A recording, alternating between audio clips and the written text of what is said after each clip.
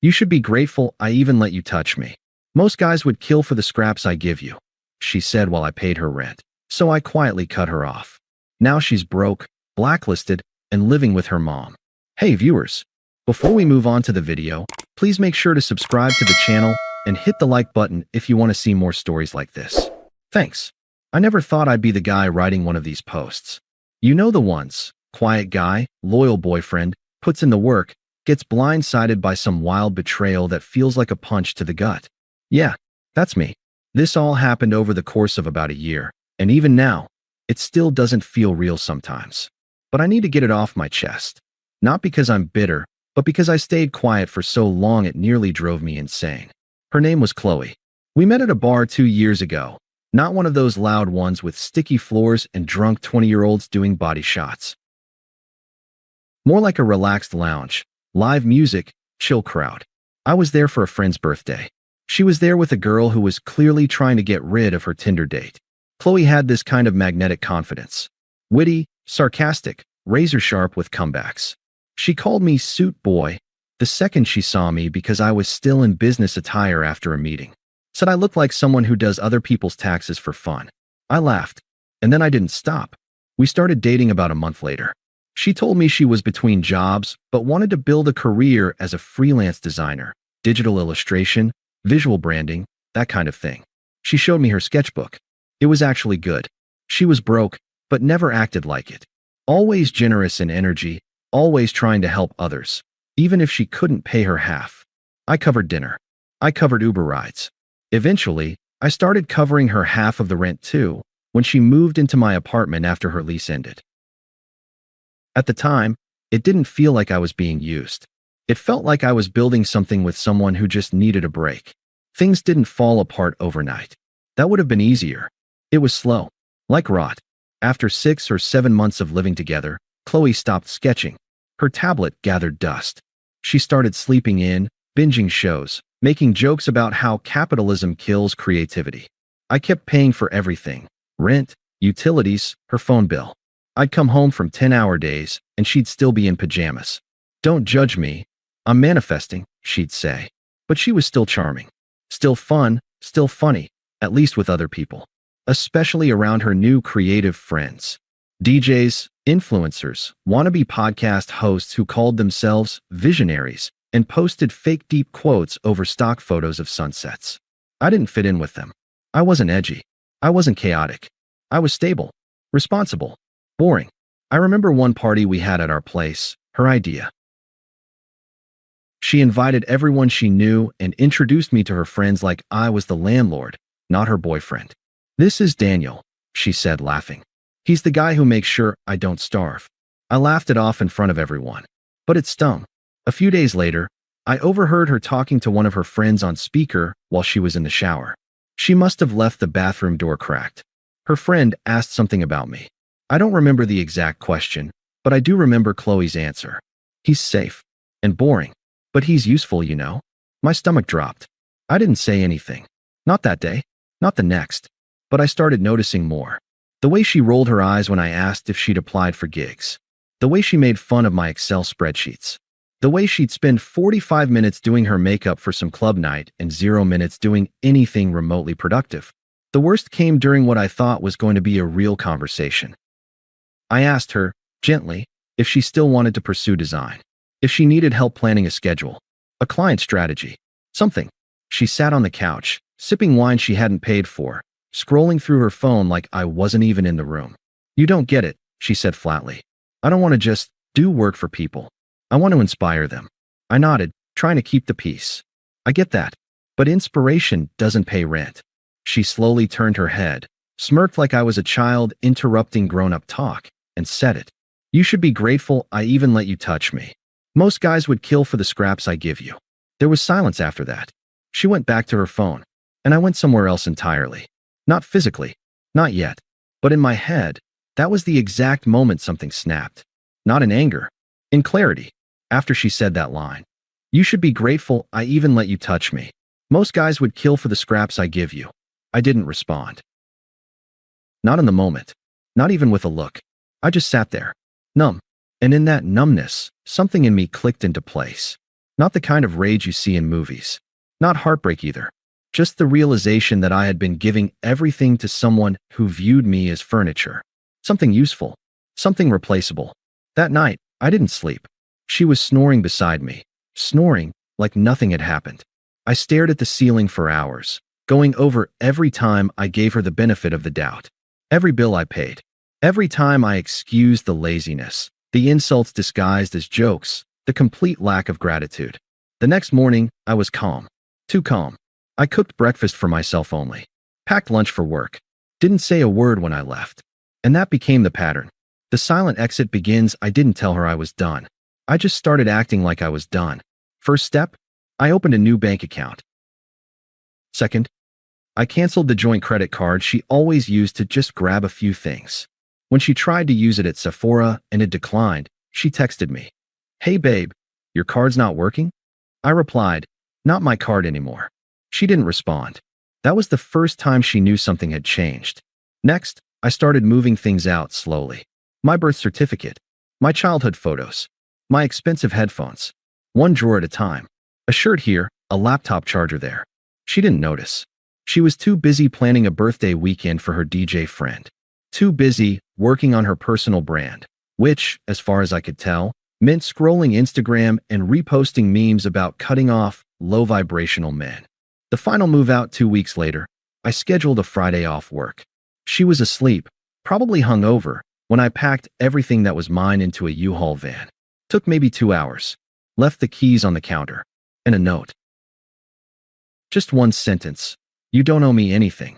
I just realized I owe myself more." I turned off my location sharing. Blocked her on social. Changed my number the next day. No big confrontation. No final fight. She didn't deserve one. I didn't ghost her. I just released her. The way you release something that's rotting in your fridge. No ceremony. No drama. Just gone. Aftermath. First ripples of panic that weekend. I stayed with a buddy from work while I found a new place. We grabbed drinks that night, and he told me I looked peaceful. Not happy. Not excited. Just light. Like I dropped a backpack full of rocks I didn't even know I was carrying. 3 days later, Qley called my work phone. I didn't answer.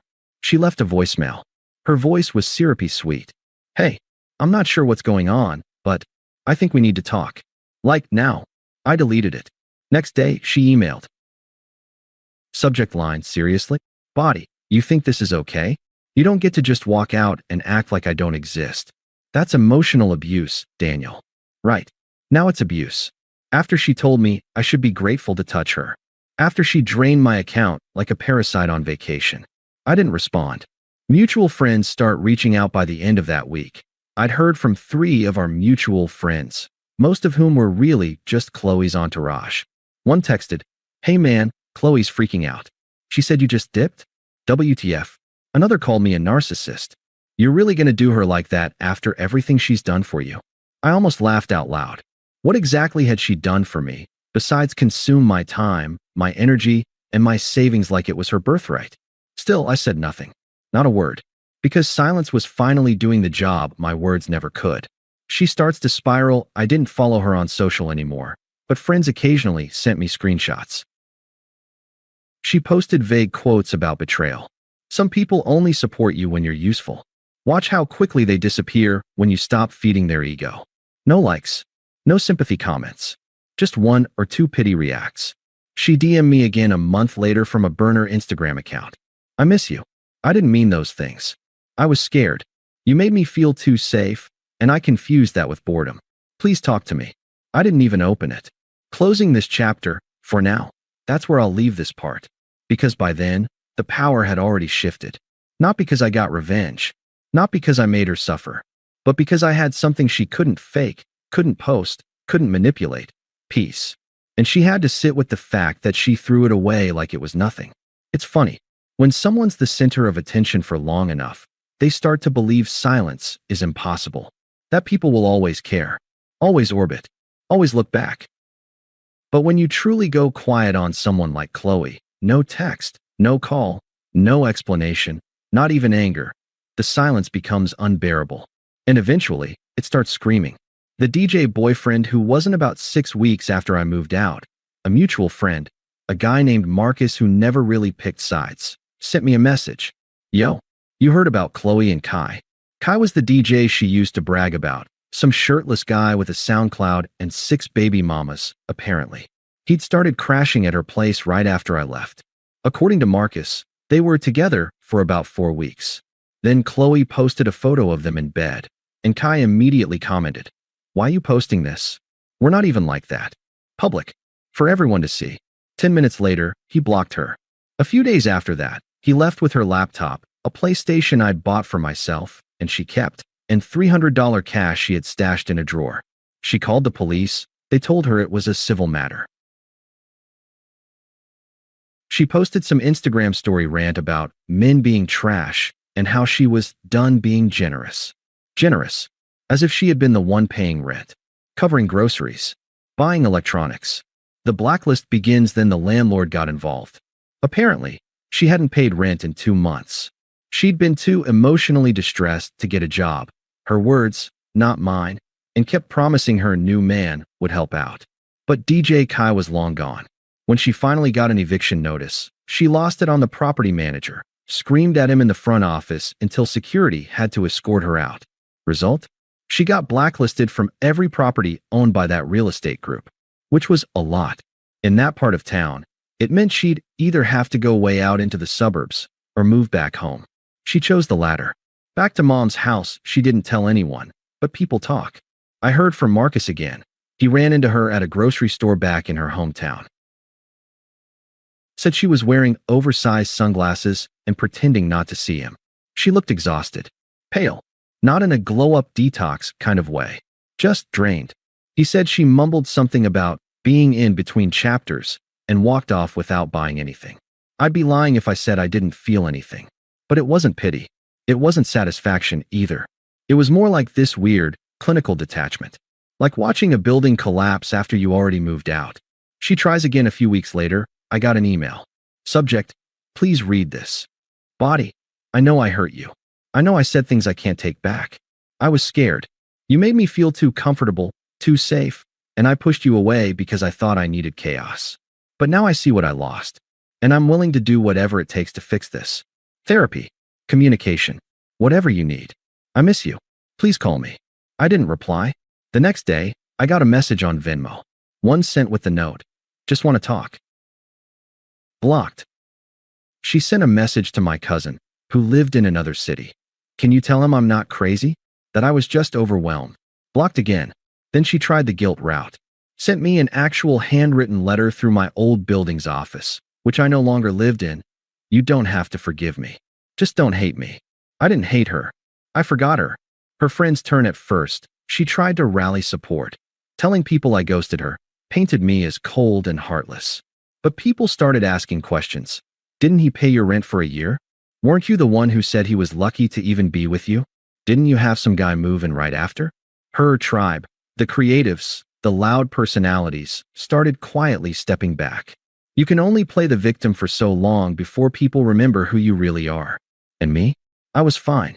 Actually, better than fine. I wasn't dating anyone. Wasn't trying to. I was working, sleeping better, playing guitar again. I had weekends to myself. My bank account was growing again. I wasn't walking on eggshells in my own home. No drama. No manipulation. No noise. Just peace. Which, after all that, felt like luxury. I hadn't seen Qley in person since the day I moved out. Not in the supermarket. Not on the street. Not even in passing. And I liked it that way. So when I saw her standing outside my new building one Saturday afternoon, leaning against the brick wall near the entrance, arms folded tight across her chest like armor, I froze. Not out of fear. Out of pure disbelief that she had the nerve. The last attempt she looked smaller somehow. Like the air had gone out of her. No lashes. No lip gloss. Hair tied back in a low knot. Wearing a hoodie I forgot I even owned. She didn't see me at first. I watched her glance around nervously, checking her phone like she wasn't exactly sure what to write next. Then her eyes locked on mine. I didn't wave. I didn't smile. Just walked past her toward the door. Wait, she said. Please. I didn't stop walking. She followed me up to the intercom. You blocked everything. I didn't know how else to reach you. Still silent. I unlocked the door. Held it open. Not for her. Just because I wasn't going to slam it in her face. But I didn't step aside either. Can we talk? Just for 5 minutes. That's all I'm asking. I looked her straight in the eye. You said I should be grateful you let me touch you, I said. Remember that? She flinched, like the words hit her harder than she expected. I didn't mean it. I was being cruel. I was serious, I interrupted. That was the most honest thing you ever said. She blinked. Her mouth opened, but nothing came out. You wanted someone to orbit you, to feed your ego, pay your bills, sit quietly in the passenger seat of your movie. I get it now. I stepped inside, held the door. But I'm not angry.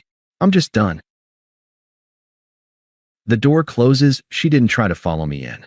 Didn't scream, didn't cry, didn't throw a tantrum like I half expected. She just stood there in the doorway, hugging herself, swallowing whatever performance she thought would work. I let the door close between us. Not dramatically, just quietly, like closing the lid on a chapter that no longer had anything to teach me. Aftermath that was 3 months ago. She hasn't shown up again. Marcus told me she moved to Florida to live with a cousin. Started doing some MLM scam. Still posts thirst traps with fake deep captions about healing energy and manifesting real men. I don't check her page. I just hear things. And me?